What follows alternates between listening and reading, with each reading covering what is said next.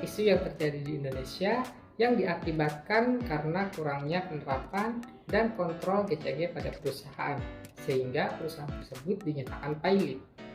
Saya ambil contoh yaitu asuransi jiwa One Arta.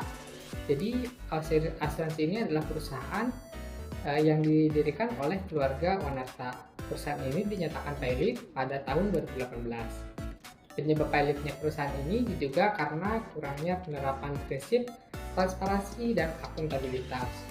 Jadi perusahaan tidak transparan dalam mengungkapkan informasi keuangan pada publik, sehingga para pemegang saham tidak mengetahui kondisi keuangan perusahaan yang sebenarnya. Selain itu, perusahaan juga tidak akuntabel dalam mengelola keuangannya, sehingga terjadi akumulasi utang yang tidak dapat dibayar.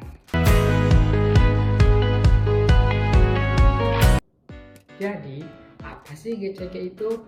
GCG atau yang disebut dengan Good Corporate Governance atau dalam bahasa Indonesia yaitu tata kelola perusahaan yang baik adalah suatu sistem yang mengatur hubungan antara pemegang saham, pengurus, pihak kreditur, pemerintah, karyawan, serta para pemegang kepentingan internal maupun eksternal lainnya yang berkaitan dengan hak-hak dan kewajiban mereka.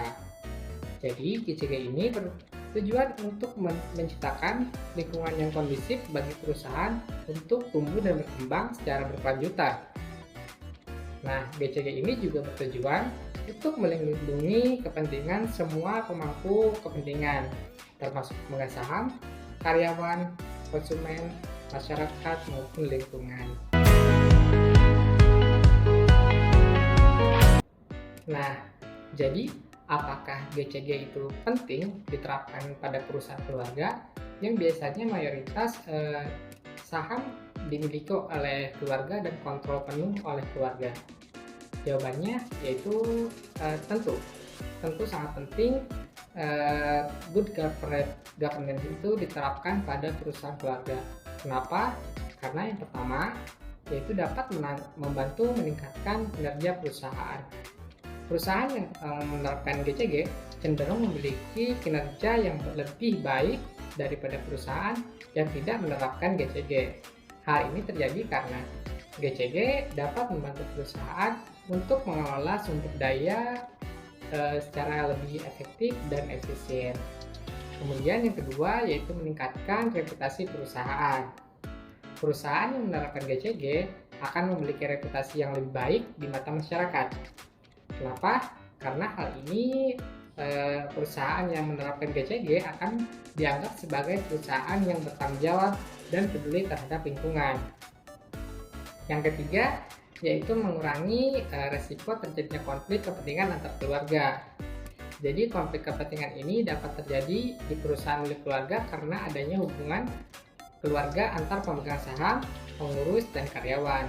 Penerapan GCG dapat membantu mengurangi resiko terjadinya konflik kepentingan. Kemudian yang terakhir yaitu meningkatkan transparansi dan akuntabilitas perusahaan. Kenapa transparansi dan akuntabilitas adalah dua prinsip penting dalam GCG. Penerapan GCG dapat membantu perusahaan untuk meningkatkan transparansi dan akuntabilitas.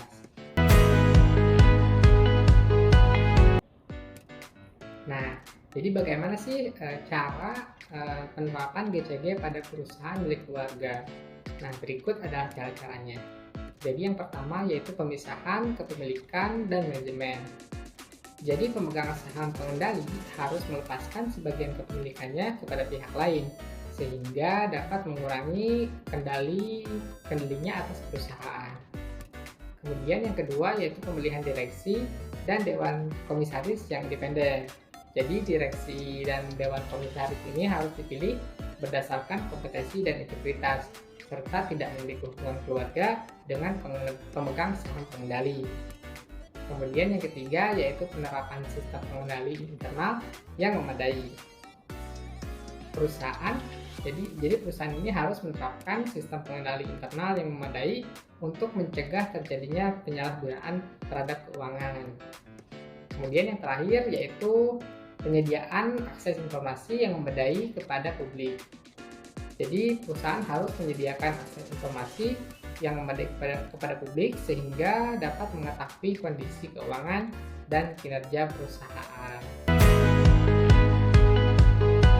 Nah, jadi yang perlu diingat, penerapan GCG di perusahaan milik keluarga ini akan membutuhkan komitmen dari semua pihak yang terlibat, termasuk pemegang saham, pengurus, maupun karyawan.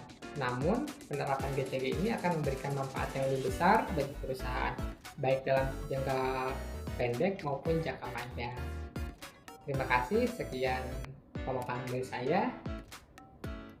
Jika ada yang mau ditanyakan, silakan ditanya di kolom komentar di bawah ini.